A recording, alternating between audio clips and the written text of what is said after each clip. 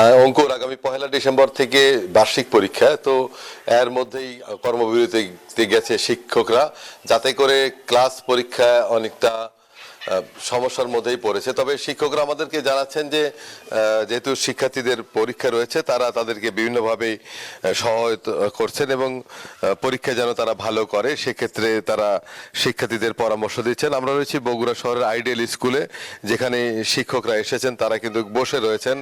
আমরা দেখেছি বেশ কিছু শিক্ষার্থীরাও এসেছেন। তবে এই আন্দোলন কর্মসূচি এর আগেও তারা করেছেন এবং সেই কর্মসূচিতে যেহেতু তারা কোনো সুফল পাননি, যার কারণে তারা আবার কর্মসূচিতে গেছেন। আমরা একটু কথা বলতে চাই একজন শিক্ষকের সাথে যে আসলে কতটা যৌক্তিক আপনাদের এই আন্দোলন কর্মসূচি।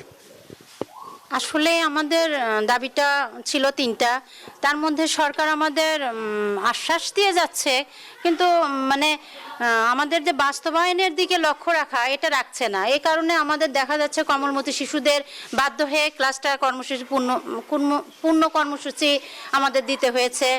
সামনে বাচ্চাদের বার্ষিক পরীক্ষা, আমরা চাচ্ছি না যে বাচ্চারা বঞ্চিত হোক।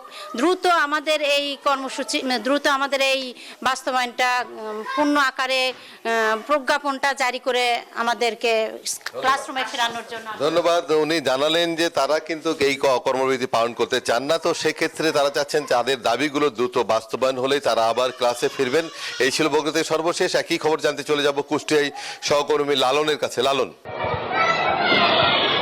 ধন্যবাদ বাবু, আপনি বগুড়া থেকে যেমনটা জানিয়েছিলেন কুষ্টিয়ার চিত্র কিন্তু একই। আমি এই প্রাথমিক বিদ্যালয়গুলোর শিক্ষকদের সাথে কথা বলেছি, তারা যে বিষয়গুলো বলছেন যে তাদের দীর্ঘদিনের দাবি, 3 দফা দাবিতে তাদের এই কর্মসূচি চলমান রয়েছে, কিন্তু বারংবার সরকারের সাথে বা সরকারের প্রতিনিধিদের সাথে তারা কথা বলেছেন, কিন্তু এই দাবিগুলো বাস্তবায়নের ব্যাপারে এখন পর্যন্ত আসলে দৃশ্যমান কোনো অগ্রগতি না থাকায় কিন্তু নতুন করে শিক্ষকদেরই আরেকটি অংশ কিন্তু আজ বৃহস্পতিবার থেকে কর্মসূচি পালন করছেন। আমি তাদের সাথে কথা বলে যতটুকু জেনেছি, বেতন বৃদ্ধি, উচ্চতর গ্রেড ও পদোন্নতি নিয়ে জটিলতা নিরসনের দাবিতে মূলত আজকের এই আসলে কর্মসূচি। আমি একজন শিক্ষকের সাথে কথা বলতে চাই, আপনার কাছ থেকে একটু জানতে চাই যে কি দাবিতে মূলত আপনাদের এই কর্মসূচি আপনারা পালন করছেন।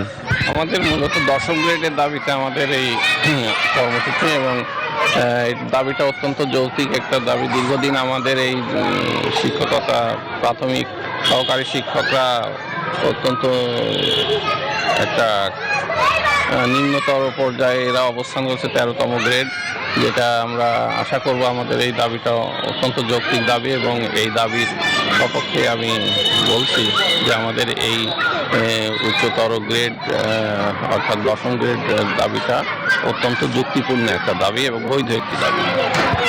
ধন্যবাদ। শুনছিলেন আসলে এই শিক্ষক যে বিষয়টি বলছেন যে তারা প্রাথমিক শিক্ষক দাবি বাস্তবায়ন পরিষদের ব্যানারে কিন্তু মূলত তাদের যে 3 দফা দাবি সেটি কিন্তু তারা পালন করছেন। এর মধ্যে 11তম গ্রেডের প্রজ্ঞাপন জারি সহ তাদের অন্যান্য যে বিষয়গুলো আছে সেই বিষয়গুলো আসলে দ্রুত বাস্তবায়নের দাবি জানাচ্ছেন। পাশাপাশি তারা যেটি বলছেন যে এটি যদি আসলে দ্রুত বাস্তবায়ন করা সম্ভব না হয় তাহলে কিন্তু তারা লাগাতার কর্মসূচি ঘোষণা করবেন এবং সেটি আসলে পালন করবেন বলেও জানিয়েছেন। তো এই ছিল আসলে কুষ্টিয়া থেকে প্রাথমিক শিক্ষকদের কর্মবিরতি নিয়ে ফিরে যাচ্ছি স্টুডিওতে অঙ্কুরের কাছে। লালন, আপনাকে ধন্যবাদ।